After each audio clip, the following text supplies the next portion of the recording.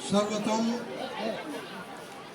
महाराज निषाद राज की जयकारा के साथ अपनी बातों को शुरुआत करता हूँ। महाराज निषाद राज की, महाराज निषाद राज की। धन्यवाद। आज के कार्यक्रम के मुख्य अतिथि आदरणीय जेपी कुशवाहा जी, कार्यक्रम की अध्यक्षता कर रहे हैं हमारे प्रमोद भैया, विशिष्ट अतिथि हमारे वरिष्ठ वकील साहब रामानुज भाई, और हमारे उपस्थित यहाँ पे भाइयों और बहनों। अभी हमारे बीच में हमने जितने लोगों की बातें सुनी, कई तरह की बातें हैं। मैं अपनी बात अपने ढंग से रखता हूँ। हालांकि कार्यक्रम तो समाप्ति की ओर है और काफी लोग जा चुके हैं, फिर भी जो कुछ है, अगर वो वास्तविक में निषाद राज का सच्चा इतिहास जानना चाहते हैं तो 2 मिनट हमारी बात को गौर करें। साथियों, निषाद राज कोई मात्र एक संगठन नहीं है, कोई एक जाति नहीं। निषाद राज एक विशाल समूह का नाम है। जैसे भी हमारे बौद्ध जी ने निषाद के बारे में बताया, रामानुज जी ने बताया, कई वक्ताओं ने निषाद राज के बारे में बताया, और कई वक्ताओं ने उन निषाद राज के बारे में बताया जिन्होंने नाव से रामचंद्र जी को पार किया। आप प्रयागराज में जाएंगे तो वहां भी निषाद राज का किला है। आप यूपी में कई ऐसे स्थान है जहां आपको निषाद राज के किले, खंडहर आज भी मौजूद मिलेंगे। आप अगर गूगल में सर्च करेंगे तो मिल जाएगा। लेकिन मैं आपको इतिहास की बात बताता हूँ। अभी आपको प्राचीन पुस्तकें हिंदू धर्म की जो भी होती है, उसमें पुराणों का जिक्र पहले आता है, जिसमें जातियों का जिक्र नहीं है।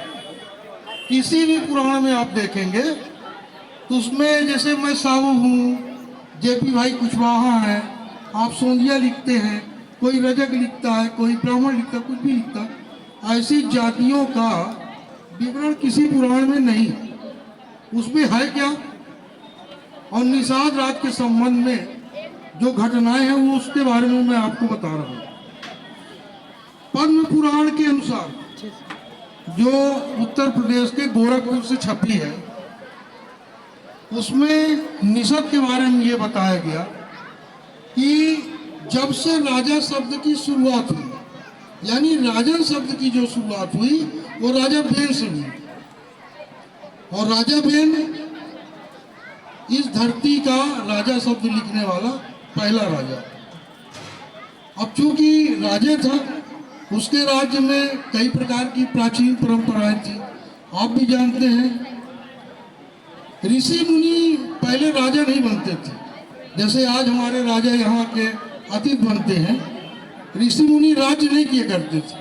वो हमेशा सलाहकार, मंत्री यही बनते थे। उस समय जो ऋषि मुनि थे, उस समय के 7 ऋषियों का जिक्र आता है पद्म पुराण में।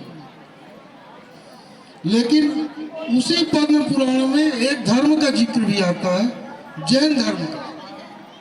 पद्म पुराण में आप देखेंगे तो उसमें एक जैन मुनि राजा बेन के सामने खड़ा हुआ है और उपदेश दे रहा है, फोटो सहित दर्ज है। जब वो राजा बेन को उपदेश देता है, उस समय इस धरती में बड़ी खराब परंपराएं चल रही थी। पशु बलि तो आज भी चलती है। उस समय यज्ञ चलते थे, गौमेघ यज्ञ, अश्वमेघ यज्ञ, यहाँ तक कि नरमेघ यज्ञ, यानी नरों की, मनुष्यों की बलि दी जाती थी। इन सब प्रकार की बातों का, पाखंड का विरोध करने के लिए जब राजा बेन को जैन मुनियों ने शिक्षा दिया और राजा बेन ने जब इसका मनन किया कि बात ये सही कह रहे हैं, हमको मानवता की ओर जाना चाहिए, हत्या की ओर, बलि की ओर नहीं जाना चाहिए, पाखंड से दूर रहना चाहिए। तो उन्होंने अपने राज्य में उन जैन मुनियों के बताए अनुसार प्रथाएं लागू कर दी। अब जब प्रथाएं लागू कर दी, अब ये जो ऋषि मुनि थे उस समय के साथ ऋषि, उन्हें बड़ा कष्ट हुआ। आज भी अगर आप कहीं मंदिर अंदर जाना बंद कर देंगे तो बहुत से लोगों को कष्ट हो जाएगा। तो उस समय जब प्रथाएं बंद हो गई तो पुजारी की जरूरत क्या है? जब पूजा करेंगे जब ना पुजारी की जरूरत है। उन्होंने राजा बेन को कहते हैं कि उन्होंने तो कहा कि भाई दबा दिया, रगड़ दिया, ऐसा कुछ नहीं। उन्होंने राजा बेन की हत्या कर दी और राजा बेन की हत्या करने के बाद अब चूंकि वो राजा बन नहीं सकते थे, ऋषियों का काम पूजा पाठ, राजा बनना नहीं था। तो उन्होंने क्या किया कि राजा बेन के प्रथम पुत्र निषद को राज्य का भार सौंपा। जब निषद को राज्य का भार सौंपा तो निषद भी अपने माता पिता के कहने पे चलने लगा, उसने भी वो परंपरा जारी रखी। तब ये 7 ऋषियों ने कहा कि ये भी ठीक नहीं। उसने, क्योंकि इनका सत्ता तो हमेशा रहा, सलात इन्हीं की चलती है, इन्होंने निषद को राज्य से निकाल दिया। अब जब राज्य से निकाल दिया तो निषद कहाँ जाए? जब आपको किसी शहर से, राज्य से निकाल दिया जाएगा तो निश्चित है आप जंगल में जाएंगे, नदी, तालाब, समुद्र किनारे जाएंगे। तो साथियों, निषद वंशी जो भी थे वो जंगलों में, पहाड़ों में, नदियों के किनारे, नदी के किनारे, तालाबों के किनारे बस गए और वहां उन्होंने अपना साम्राज्य कायम किया और निषाद राज कहलाया। लेकिन इधर हमारे जेपी भैया ने जो भी कहा, रामानुज भाई ने कहा, छोटे लाल कुशवाहा जी ने कहा, हम लोग कैसे निषद वंशी के करीब है, इसका भी चित्र आपको मैं बता रहा हूं। उसी पद्म पुराण में राजा बेन के दूसरे पुत्र का भी नाम दर्ज है, राजा पथु। निषद के बाद निषद की गद्दी संभालने वाला राजा पथु, जिसके नाम से इस धरती का नाम पृथ्वी पड़ा। और राजा पथु ने जब राज्य संभाला तो उन्होंने क्या किया? पहले इस धरती में उपज करने की प्रथा नहीं थी, लोग शिकार करते थे या जो पेड़ों में फल वगैरह लगे होते थे उससे अपने गुजर बसर करते थे। लेकिन राजा पथु ने इस धरती का दोहन किया, ये पद्म पुराण का कहना है। जबकि दोहन नहीं सब, उन्होंने इस धरती में उपज करना यहाँ के लोगों को सिखाया।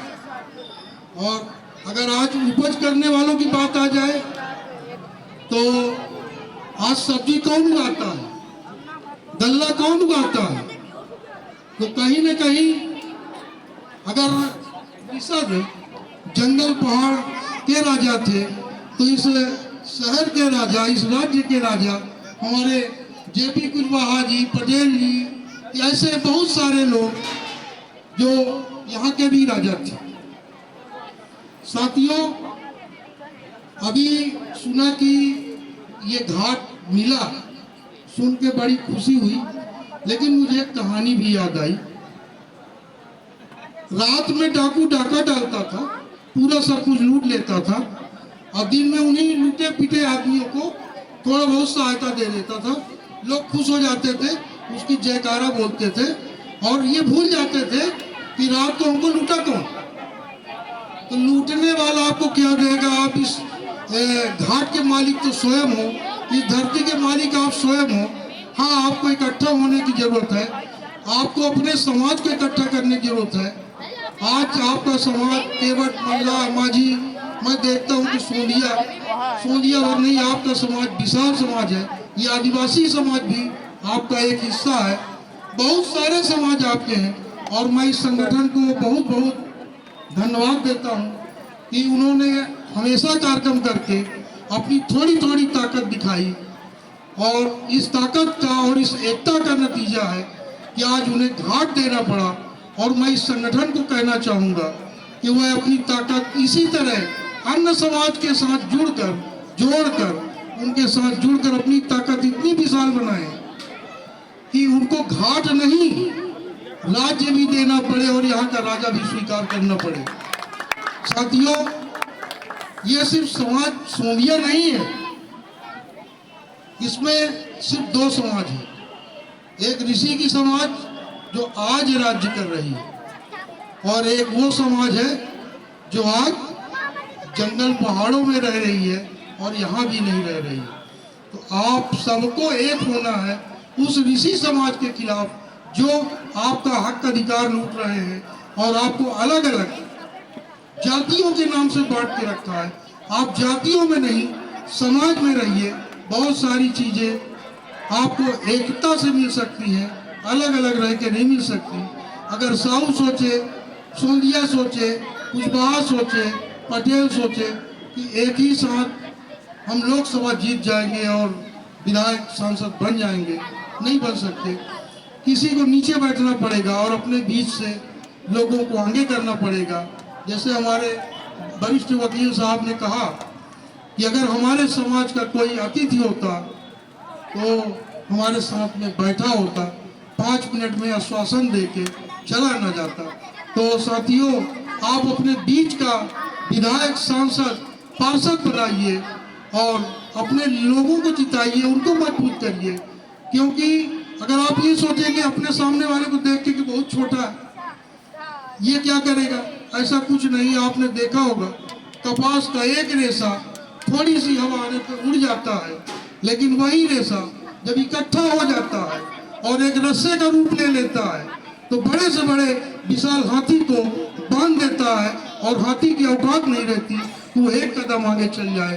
तो आप लोग इन छोटे छोटे रेशों को जिस तरह इकट्ठा करके एक कार्यक्रम करते हैं, इसी कार्यक्रम को और विशाल देके अन्य समाज में भी जाइए, उनके साथ भी बैठिए। समाज ही ताकत आपकी बन सकती है, समाज रूपी रस्सा ही बड़े हाथी को बांध सकती है। आप लोगों से यही आशा और एकता के साथ मैं अपनी बातों को खत्म करता हूँ। धन्यवाद।